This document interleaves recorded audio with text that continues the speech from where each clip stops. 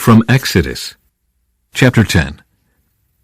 Then the Lord said to Moses, "Return to Pharaoh and make your demands again. I have made him and his officials stubborn, so I can display my miraculous signs among them. I've also done it so you can tell your children and grandchildren about how I made a mockery of the Egyptians, and about the signs I displayed among them, and so you will know that I am the Lord." So Moses and Aaron went to Pharaoh and said, "This is what the Lord, the God of the Hebrews, says. How long will you refuse to submit to me? Let my people go so they can worship me. If you refuse, watch out, for tomorrow I will bring a swarm of locusts on your country. They will cover the land so that you won't be able to see the ground. They will devour what little is left of your crops after the hailstorm, including all the trees growing in the fields. They will overrun your palaces and the homes of your officials and all the houses in Egypt. Never in the history of Egypt have your ancestors seen a plague like this one." And with that, Moses turned and left Pharaoh. Pharaoh's officials now came to Pharaoh and appealed to him. "How long will you let this man hold us hostage? Let the men go to worship the Lord their God. Don't you realize that Egypt lies in ruins?" So Moses and Aaron were brought back to Pharaoh. "All right," he told them, "go and worship the Lord your God. But who exactly will be going with you?" Moses replied, "We will all go, young and old, our sons and daughters, and our flocks and herds. We must all join together in celebrating a festival to the Lord." Pharaoh retorted, "The Lord will certainly need to be with you if I let you take your little ones. I can see through your evil plan. Never, only the men may go and worship the Lord, since that is what you requested." And Pharaoh threw them out of the palace. Then the Lord said to Moses, "Raise your hand over the land of Egypt to bring on the locusts. Let them cover the land and devour every plant that survived the hailstorm."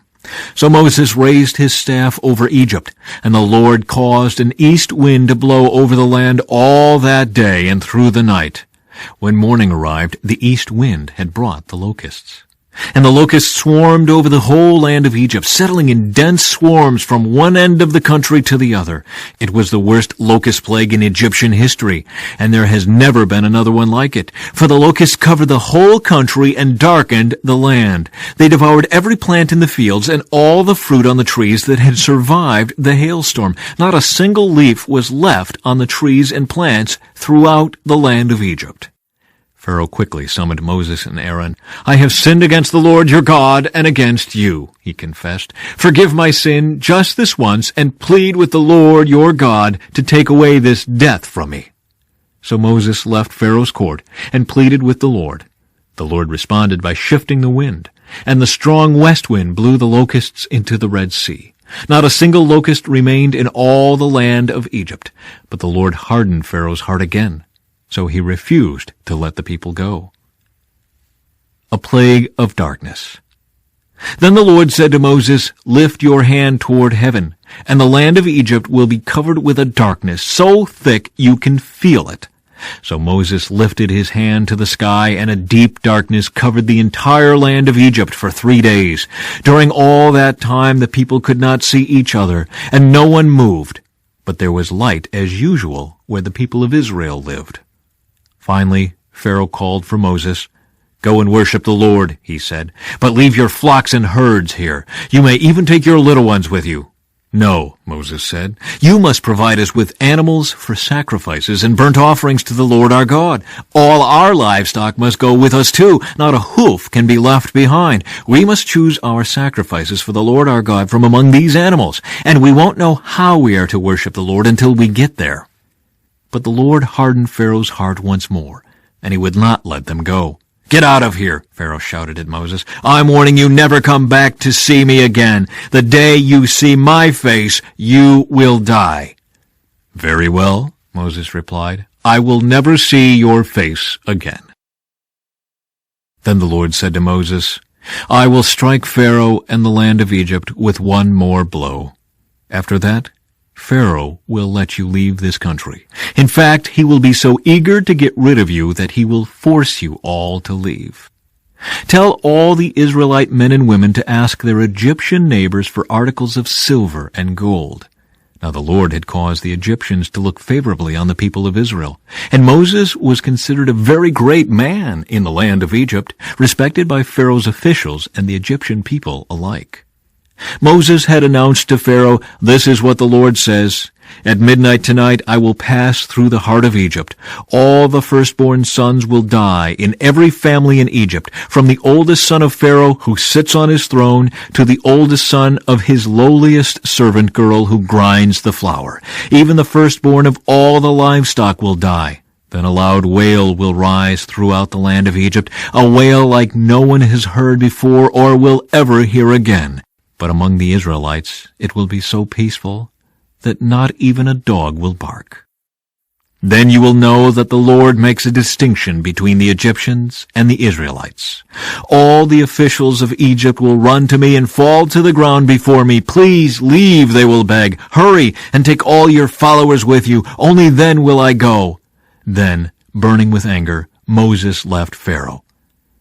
Now the Lord had told Moses earlier, "Pharaoh will not listen to you, but then I will do even more mighty miracles in the land of Egypt." Moses and Aaron performed these miracles in Pharaoh's presence, but the Lord hardened Pharaoh's heart, and he wouldn't let the Israelites leave the country. While the Israelites were still in the land of Egypt, the Lord gave the following instructions to Moses and Aaron.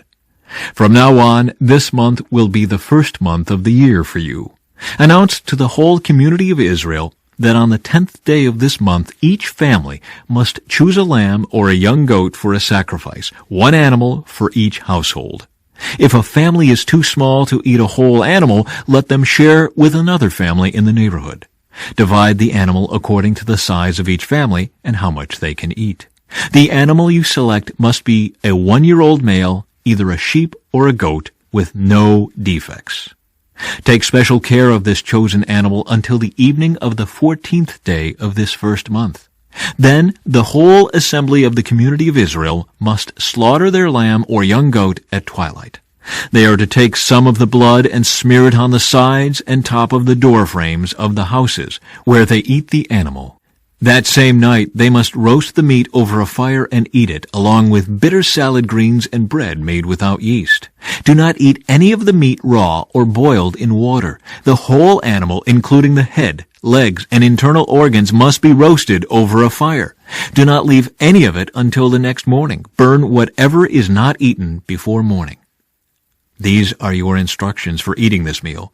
Be fully dressed, wear your sandals, and carry your walking stick in your hand. Eat the meal with urgency, for this is the Lord's Passover. On that night I will pass through the land of Egypt and strike down every firstborn son and firstborn male animal in the land of Egypt. I will execute judgment against all the gods of Egypt, for I am the Lord. But the blood on your doorposts will serve as a sign marking the houses where you are staying. When I see the blood, I will pass over you. This plague of death will not touch you when I strike the land of Egypt." From Matthew, chapter 20. "For the kingdom of heaven is like the landowner who went out early one morning to hire workers for his vineyard. He agreed to pay the normal daily wage and sent them out to work. At 9 o'clock in the morning, he was passing through the marketplace and saw some people standing around doing nothing. So he hired them, telling them he would pay them whatever was right at the end of the day. So they went to work in the vineyard. At noon, and again at 3 o'clock, he did the same thing. At 5 o'clock that afternoon, he was in town again and saw some more people standing around. He asked them, 'Why haven't you been working today?' They replied, 'Because no one hired us.' The landowner told them, 'Then go out and join the others in my vineyard.' That evening he told the foreman to call the workers in and pay them, beginning with the last workers first. When those hired at 5 o'clock were paid, each received a full day's wage. When those hired first came to get their pay, they assumed they would receive more, but they too were paid a day's wage. When they received their pay, they protested to the owner. 'Those people worked only 1 hour, and yet you've paid them just as much as you paid us, who worked all day in the scorching heat.' He answered one of them, 'Friend, I haven't been unfair. Didn't you agree to work all day for the usual wage? Take your money and go. I wanted to pay this last worker the same as you. Is it against the law for me to do what I want with my money? Should you be jealous because I am kind to others? So those who are last now will be first then, and those who are first will be last. Jesus again predicts his death. As Jesus was going up to Jerusalem, he took the 12 disciples aside privately and told them what was going to happen to him. Listen, he said, we are going up to Jerusalem, where the Son of Man will be betrayed to the leading priests and the teachers of religious law. They will sentence him to die. Then they will hand him over to the Romans to be mocked, flogged with a whip, and crucified. But on the third day he will be raised from the dead. Jesus teaches about serving others. Then the mother of James and John, the sons of Zebedee, came to Jesus with her sons. She knelt respectfully to ask a favor. "What is your request?" he asked. She replied, "In your kingdom, please let my 2 sons sit in places of honor next to you, one on your right and the other on your left." But Jesus answered by saying to them, "You don't know what you are asking. Are you able to drink from the bitter cup of suffering I am about to drink?" "Oh, yes," they replied, "we are able." Jesus told them, "You will indeed drink from my bitter cup, but I have no right to say who will sit on my right or my left. My Father has prepared those places for the ones he has chosen." When the 10 other disciples heard what James and John had asked, they were indignant. But Jesus called them together and said, "You know that the rulers in this world lord it over their people, and officials flaunt their authority over those under them. But among you it will be different. Whoever wants to be a leader among you must be your servant, and whoever wants to be first among you must become your slave. For even the Son of Man came not to be served, but to serve others, and to give his life as a ransom for many." Psalm 25. O Lord, I give my life to you. I trust in you, my God. Do not let me be disgraced, or let my enemies rejoice in my defeat. No one who trusts in you will ever be disgraced, but disgrace comes to those who try to deceive others. Show me the right path, O Lord. Point out the road for me to follow. Lead me by your truth, and teach me, for you are the God who saves me. All day long I put my hope in you. Remember, O Lord, your compassion and unfailing love, which you have shown from long ages past. Do not remember the rebellious sins of my youth. Remember me in the light of your unfailing love, for you are merciful, O Lord. The Lord is good and does what is right. He shows the proper path to those who go astray. He leads the humble in doing right, teaching them his way. The Lord leads with unfailing love and faithfulness all who keep his covenant and obey his demands. For the honor of your name, O Lord, forgive my many, many sins. Who are those who fear the Lord? He will show them the path they should choose. They will live in prosperity, and their children will inherit the land. The Lord is a friend to those who fear him. He teaches them his covenant. My eyes are always on the Lord, for he rescues me from the traps of my enemies. From Proverbs. Take a lesson from the ants, you lazy bones. Learn from their ways and become wise. Though they have no prince or governor or ruler to make them work, they labor hard all summer gathering food for the winter. But you, lazy bones, how long will you sleep? When will you wake up? A little extra sleep, a little more slumber, a little folding of the hands to rest. Then poverty will pounce on you like a bandit. Scarcity will attack you like an armed robber.